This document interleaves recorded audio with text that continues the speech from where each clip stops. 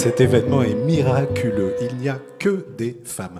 Je n'ai jamais vu de toute ma carrière longue un événement avec un tel plateau féminin. Bravo aux organisateurs et bravo à vous, messieurs, aussi, qui collaboraient avec elles toute la journée. Annick Radet, donc directrice des agences Pro-emploi en Seine-et-Marne et dans le Val-de-Marne. Valérie Lecorvec, coordinatrice du comité départemental pour l'insertion pérenne par les clauses sociales. Et Céline Billard, responsable des ressources humaines de Colas en Île-de-France. Normandie, première question à Céline Billard sur justement les clauses sociales. Lorsque vous êtes attributaire d'un marché, vous avez un certain nombre d'obligations en matière de recrutement de personnes dites en insertion ou caractérisées comme telles en tout cas. Et pourtant, ça n'est pas si simple, vous rencontrez des difficultés. Quelles sont-elles ? Déjà, bonjour à tous. Donc, effectivement, je travaille, pour ceux qui ne connaissent pas, donc Colas, c'est une entreprise de travaux publics. Voilà, donc Aster peut reprendre son petit dessin de cylindre, s'il veut recycler. Donc, effectivement, on est les premiers sur les clauses d'insertion sociale, en général, dans le monde du BTP. On a trois grosses problématiques. Tout d'abord, le monde magique et merveilleux de l'insertion sociale. Ici, vous êtes tous, en général, dans le bain, vous n'êtes pas des néophytes, mais sachez que mes exploitants qui doivent gérer les clauses d'insertion sociale, eux le sont moins du tout. Ils sont même perdus dans ces acronymes, ces partenaires, etc. Pour eux, c'est une réelle difficulté. Et Pro-emploi, intérim, nous permet justement un peu d'effacer toutes ces barrières et de faciliter un peu tout ça. La deuxième problématique après est de trouver un candidat, parce que un candidat répondant aux clauses d'insertion sociale, c'est pas si facile que ça. Pro-emploi répond justement encore à cette problématique et nous amène ces candidats. Et je reviens sur la personne qui parlait pour le numérique. Effectivement, on a besoin également de ce savoir-être qui est tout d'abord primordial pour nous, puisqu'on ne demande pas des gens avec de l'expérience, nous demandons des gens avec justement ce savoir-être, arriver à l'heure, se lever le matin, etc. Enfin voilà, des choses quand même qui sont tout du moins importantes. Et puis la troisième et dernière problématique pour nous, c'est ce suivi social de ces personnes, justement. On veut se dégager, enfin c'est pas qu'on veut pas s'en occuper, on a déjà quand même, nous, notre personnel à gérer qui ont déjà leurs propres problématiques. Et nous, ce que l'on souhaite, c'est justement d'avoir des partenaires qui puissent justement répondre à ça, avoir des gens qui puissent les suivre, les accompagner. On a plein de partenaires dans la salle et c'est justement eux, leur job. Nous, le job, c'est d'essayer de former les gars sur le terrain et de les accompagner. Alors là, on est au cœur du réel.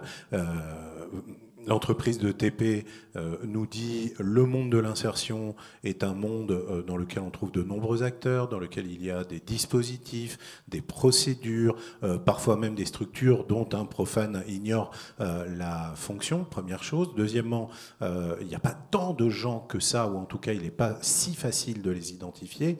Et troisièmement, même si on a l'obligation de les recruter, il faut quand même qu'ils soient opérationnel et qui sache se tenir finalement dans l'entreprise. Quelle est votre expertise en la matière? Que faites-vous concrètement les unes et les autres pour répondre à ce besoin de clarification, de recrutement et d'encadrement? D'accord. Alors bonjour. Alors Pro-emploi intérim se positionne comme étant un spécialiste tout simplement de l'insertion. L'insertion, c'est notre cœur de métier. L'avantage pour l'entreprise utilisatrice, c'est de trouver un service clé en main. Alors, bien entendu, on va accompagner l'entreprise à faire ses heures d'insertion. Au-delà de ça, on souhaite complètement sécuriser le parcours de l'intérimaire grâce à notre savoir-faire en termes d'accompagnement. Alors, il faut savoir que quand on travaille avec une agence d'intérim d'insertion, on n'est plus sur une notion de quantitatif, mais bien de qualitatif. Donc, on a des permanents qui sont là tous les jours pour aider à lever les freins périphériques à l'emploi, que ce soit pour des problèmes de logement, mobilité, garde d'enfants, santé. On va même jusqu'à proposer des formations si ça peut amener les intérimaires vers un emploi pérenne. Donc, tout cet accompagnement renforcé, ça minimise les risques d'échec, ce qui est extrêmement confortable pour l'entreprise utilisatrice. Donc, d'un côté, on accompagne de façon renforcée les intérimaires. On se doit aussi d'accompagner l'entreprise qui est un peu perdue, des fois, au niveau des clauses sociales. On les accompagne tout simplement parce qu'on connaît, nous, l'ensemble des dispositifs de l'insertion, l'ensemble des partenaires et l'ensemble des obligations. Donc, bien entendu, on s'assure que les intérimaires soient éligibles à la clause sociale. On suit le chantier de A à Z, on cumule les heures d'insertion, ce que l'entreprise utilisatrice n'a pas le temps de faire. Et à la fin, on fait un bilan avec l'entreprise utilisatrice et l'intérimaire, et on donne à l'entreprise une attestation du total des heures effectuées. Qui lui permet de justifier qu'elle a bien tenu les engagements qu'elle a pris auprès de son donneur d'ordre, oui. Qui, dans certains cas d'ailleurs, est la puissance publique et auprès de laquelle il faut fournir des documents. Question pour vous, Valérie Lecorvec, pour évoquer ce comité départemental pour l'insertion pérenne par les clauses sociales. C'est un dispositif qui a été créé en 2015. Quel est l'objectif de ce comité ? Bonjour à tous. Alors, c'est une longue histoire, en fait, voilà, depuis au moins 2007, 2009, mais en fait, aujourd'hui, c'est une action soutenue par l'État, la directe, et cofinancée par le Fonds social européen. Il a également une résonance, puisque c'est un dispositif au niveau départemental, au niveau régional, et son existence est due au développement des clauses sociales, et effectivement, dans la commande publique, et aussi avec l'arrivée des marchés du Grand Paris, en fait. Donc, ce dispositif, il est fondé par les différents acteurs touchés par la clause sociale, à commencer par les facilitateurs du 77. C'est un métier dont on n'a pas encore beaucoup parlé au niveau des clauses sociales aujourd'hui, mais ce poste, en fait, ce métier est né avec les clauses sociales. Il permet effectivement d'accompagner la mise en œuvre, assister la maîtrise d'ouvrage et accompagner les entreprises en coordonnant l'ensemble des acteurs de l'emploi et de l'insertion, dont Pôle emploi a été partenaire depuis de longues années sur le département. C'est aussi un réseau qui est constitué des fédérations professionnelles avec qui on a constitué le comité départemental et le réseau des facilitateurs depuis 2009-2011. Et en fait, la Chambre syndicale des travaux publics, notamment, fait partie de ce comité et la Fédération française du bâtiment du 77. Et l'objectif était de pouvoir apporter une réponse qui soit plus simplifiée au niveau des clauses sociales et sur le département. Donc ces réseaux, ce comité a plusieurs objectifs, donc notamment c'est de renforcer le partenariat local au niveau départemental, d'harmoniser les pratiques et les outils pour apporter une réponse qui soit la même du nord au sud, de l'est à l'ouest, et éventuellement de l'élargir en région Île-de-France. Pour finir, ce comité départemental aussi est composé des acheteurs, que sont les collectivités et les bailleurs, et puis les promoteurs, les aménageurs, enfin tous les acheteurs qui peuvent mettre en place des clauses sociales dans leur marché. Il est composé également des institutionnels, comme l'État, le conseil régional, le conseil départemental, les collectivités locales. Et pour finir, il est également composé des acteurs de l'emploi et de l'insertion sur le département. Au bout du compte, l'enjeu de tout le travail que vous faites, mesdames, c'est bien de professionnaliser et de pérenniser les emplois qu'occupent ces personnes en intérim la plupart du temps. Dans un premier temps, chacune dans vos rôles, quelles sont les clés de ce succès? Que faut-il faire selon vous pour que ça marche et qu'on atteigne cet objectif?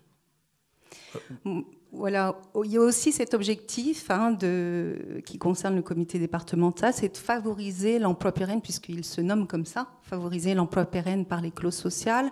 L'idée de ces réseaux permettra de consolider effectivement les parcours d'insertion dans le cadre des clauses, puisque la clause d'insertion, c'est un levier pour une personne qui était éloignée de l'emploi, et toutes les structures qui accompagnent en raison vont permettre, en passant par l'association intermédiaire, l'entreprise de travail temporaire d'insertion, d'arriver à une personne à un emploi durable.